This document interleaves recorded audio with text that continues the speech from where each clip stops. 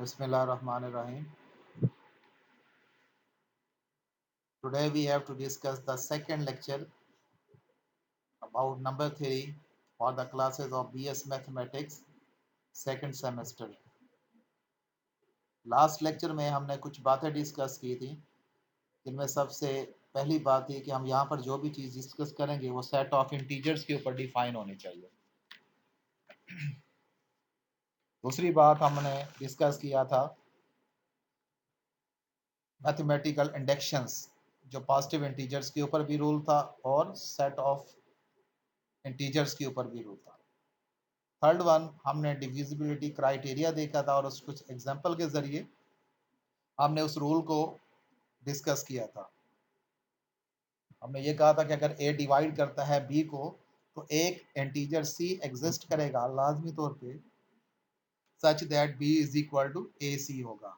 यानी B is equal to A C जब आपके पास कोई आंसर आ जाता है तो रिवर्स होने के दो प्रोसीजर बन जाते हैं कि ए भी उसको डिवाइड करेगा और सी भी उसको डिवाइड करेगा। आज हमने इस चीज़ को फर्दर कंटिन्यू करना है कुछ थ्योरम्स के जरिए। बेसिक थ्योरम्स हैं कि लेट ए बी कोई से भी इंटीजर्स हैं।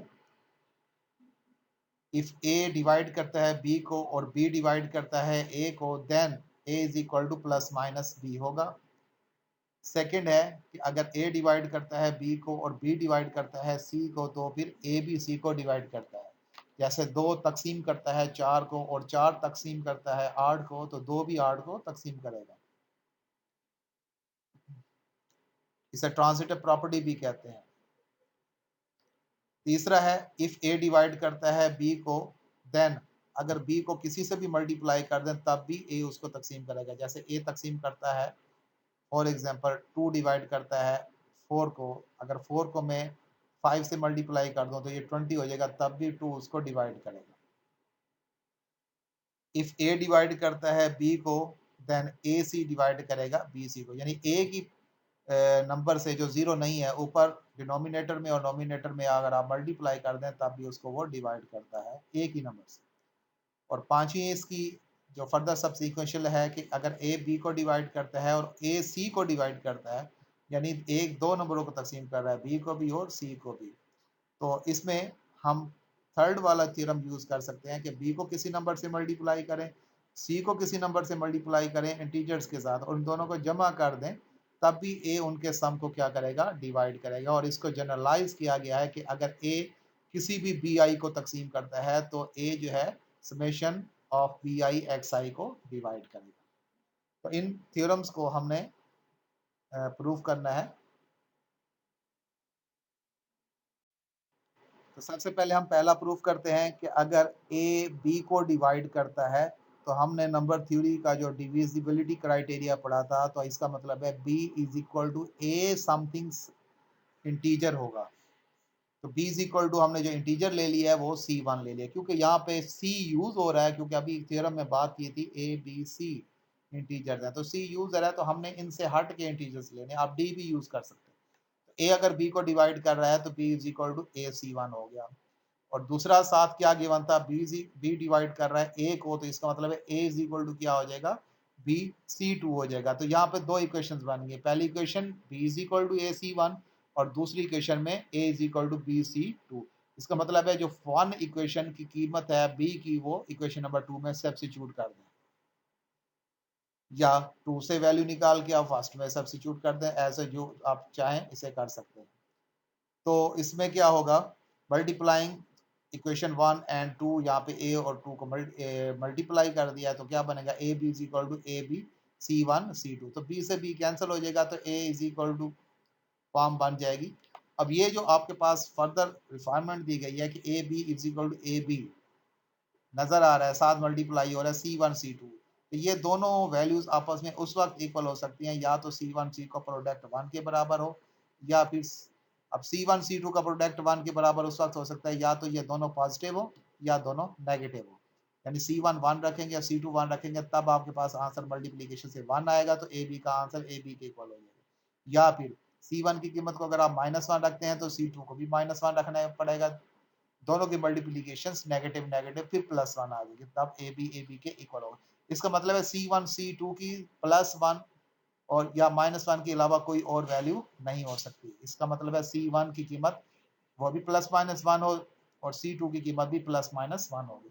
तो इस इक्वेशन में चाहे आप 1 में चाहे आप 2 में किसी जगह पे भी आप C1 C2 को सब्स्टिट्यूट कर दें तो आपके पास ये जो रिजल्ट है प्रूफ 1 का वो हो जाएगा। A इज इक्वल टू क्या बन जाएगा +-B या B इज इक्वल टू क्या हो जाएगा +-A। तो इन दोनों में से आप कोई भी चाहे प्रूफ कर सकते हैं। चाहे A is equal to +-B होगा, चाहे B is equal to +-A होगा। सेकंड प्रूफ आपने क्या करना था,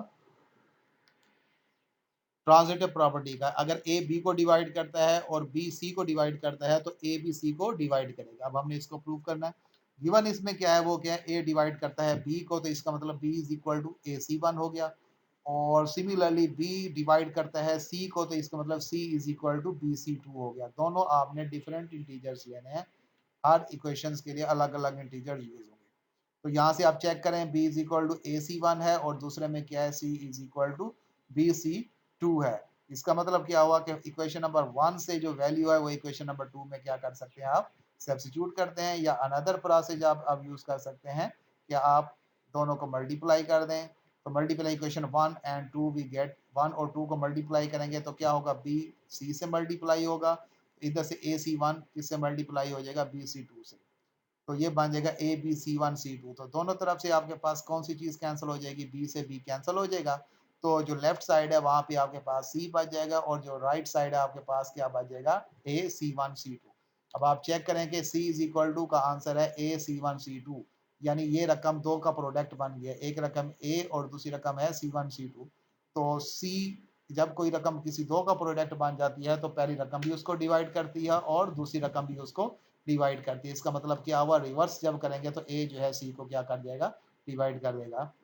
ये इम्प्लाइज के बाद आपको ये बी नहीं है, ये ए है। C is equal to A C one C two है।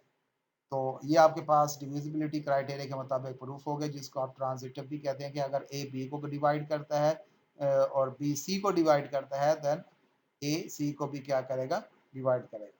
थर्ड वन क्या है कि अगर ए डिवाइड करता है बी को, तो फिर ए डिवाइड करना चाहिए बी सी को, यानी बी को किसी से भी मल्टीप्लाई करें तब भी उसको क्या करेगा, डिवाइड करेगा। आप इसे प्रूव कर सकते हैं कि अगर ए बी को डिवाइड करता है तो फिर नंबर 3 के मुताबिक डिविजिबिलिटी क्राइटेरिया के मुताबिक क्या होगा, B is equal to A C one हो गया। अब आपने क्या किया, दोनों तरफ सी से मल्टीप्लाई कर दिया है। लेफ्ट साइड पे भी सी आ गया, राइट साइड पे भी सी आ गया, तो B C is equal to क्या हो गया, ए सी सी वन हो गया। अब आप चेक करें, A B C is equal to A और साथ प्रोडक्ट हो गया सी सी वन का, और दूसरी रकम बन जाएगी। ये दो रकमें आपकी इकट्ठी होकर एक ही रकम बना देंगे। तो इसका रिवर्स जब चलेंगे तो ए जो है वो भी बी सी को डिवाइड करेगा और सी सी वन भी क्या होगा, वो भी बी सी को डिवाइड करेगा, जिसके मुताबिक हमारा जो रिजल्ट है वो इजीली प्रूव हो जाएगा।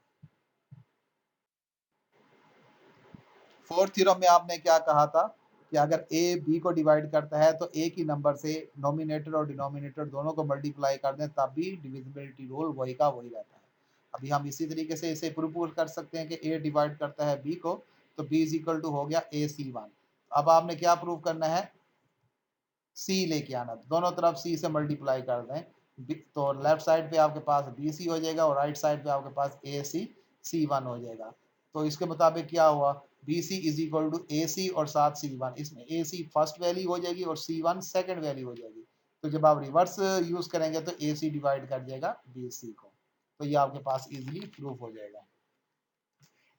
अब आपके पास फिफ्थ थ्योरम जो था उसमें आपने प्रूव करना है कि अगर ए बी को डिवाइड करता है और ए सी को डिवाइड करता है, यानी ए की वैल्यू दो रकमों को डिवाइड कर रही है, तो अगर आप उन दोनों को किसी से भी मल्टीप्लाई कर दें, पहले को एक इंटीजर के साथ, दूसरे को दूसरे इंटीजर के साथ, फिर अगर आप उनका सम करेंगे तब भी उसको क्या करेगा, वो डिवाइड करेगा।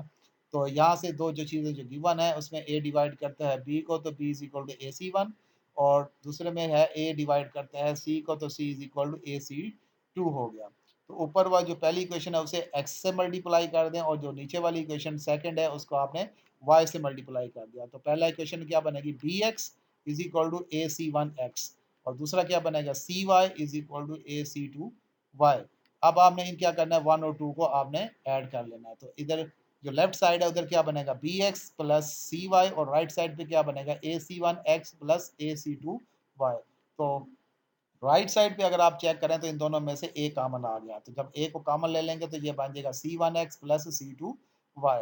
अब ये आप चेक करें कि B X plus C Y is equal to product of two values हो गया, एक वैल्यू ए है और दूसरी value complete C one X plus C two Y, ये एक ही आंसर आएगा। तो जब एक ही रकम दो का प्रोडक्ट बन जाती है तो पहली रकम भी उसको डिवाइड करेगी और दूसरी रकम भी उसको डिवाइड करेगी, इसका मतलब है ए डिवाइड कर दिया B X plus C Y को। That is the simple proof जो फिफ्थ में आपका बेसिक में दिया गया था। अब हमने इसको जनरलाइज करना है, जनरलाइजेशन। अब हम जनरलाइजेशन की तरफ आते हैं कि अगर ए डिवाइड करता है बी आई को, तो फिर जैसे अभी डिवाइड कर रहा था, ए डिवाइड करता था बी को, फिर ए डिवाइड कर रहा था सी को, तो डिफरेंट दिए थे। अब हमने यहाँ पे बी आई लिख दिया, आई की कीमत वहां से लेके हम ले लिए, यानी ए डिवाइड करता है बी वन को, ए डिवाइड करता है बी टू को, ए डिवाइड करता है बी थ्री को, ए डिवाइड करता है सो वन बी एन को।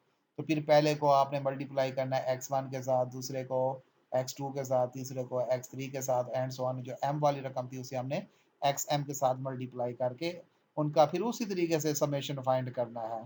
तो समेशन फाइंड करने के बाद जो रिजल्ट आएगा वो उसी तरीके से प्रूव हो जाएगा, ए डिवाइड कर देगा summation of B I X I. वहां पे हमने क्या लिया था B X plus C Y, यहाँ पे ये हो जाएगा B one X one plus B two X two plus B three X three so on. Six में आपके पास है कि अगर ए डिवाइड करता है B one plus B two and A divide करता है बी वन को, तो फिर लाजमी तौर पे ए बी टू को भी डिवाइड करेगा, वरना ये डिविजिबल पॉसिबल नहीं होगा। जैसे ए डिवाइड करता है सिंपल ले लें 8 को, अब 8 के दो फैक्टर बनाए सम की फॉर्म में, तो क्या बनेगा 2 प्लस 6 लिखें। इसका मतलब है अगर ए 2 को डिवाइड कर रहा है तो साथ 6 को भी डिवाइड करें। अब 8 के आप फैक्टर बना लें 3 और 5, यानी ए डिवाइड करता है 8 को, यानी 8 को आप लिख सकते हैं 3 प्लस 5। अब देखें जो 2 है 3 को डिवाइड नहीं कर रहा था, इसका मतलब वो 5 को भी डिवाइड नहीं कर रहा होगा। तो ये भी इसका साथ प्रूफ दे दिया गया है, जो सिंपली तरीके से यहाँ पर हैंडल किया गया है। C1 C2 दो इंटीजर लिए हैं, तो पहले जब ए डिवाइड करता है B one plus B two को, तो ये आंसर बन गया B one plus B two is equal to A C one. ठीक हो गया, इक्वेशन नंबर 1 बन गई। और साथ क्या गिवन था, ए डिवाइड करता है बी वन को, तो B one is equal to हो गया ए सी टू। तो यहाँ से हमारे पास जो बी वन की कीमत थी वो आपने इक्वेशन नंबर 1 में सब्सिट्यूट कर दी, और दूसरी तरफ जाकर वो सब्ट्रैक्ट हो गया। जब सब्ट्रैक्ट हो जाएगा तो वहाँ से हमारे पास ए कॉमन आ जाएगा सब्ट्रैक्शन के बाद।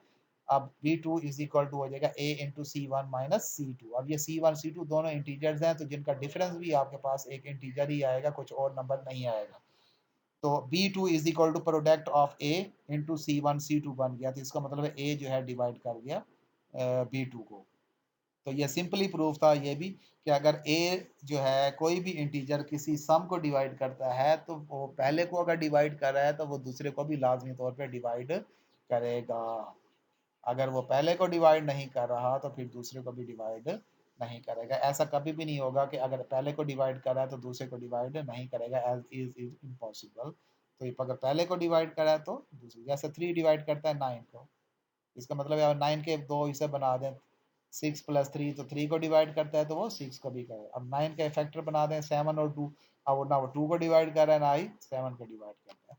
तो ये चीज़ें हैं छोटी छोटी बेसिक थ्योरम के मुताबिक हमने इनको प्रूफ किया है। 1 से लेकर 6 ये प्रूफ्स हैं जिनको आपने करना है, बल्कि ये 7 है, जनरलाइजेशन भी आपके पास अलग से प्रूफ है, तो ये आपने इसे हैंडल करना है। नेक्स्ट टॉपिक में हम देखेंगे एक्लेदस थ्योरम, जिसे यूक्लिड थ्योरम भी कहते हैं। एक्लेदस साइंटिस्ट था जिसने वो थ्योरम डिविजिबिलिटी के मुताबिक प्रूव किया था। उसको नेक्स्ट हमारी जो स्लाइड्स होंगी, लेक्चर होगा, हम उसको इंशाल्लाह डिस्कस करेंगे। सो सी यू इंशाल्लाह।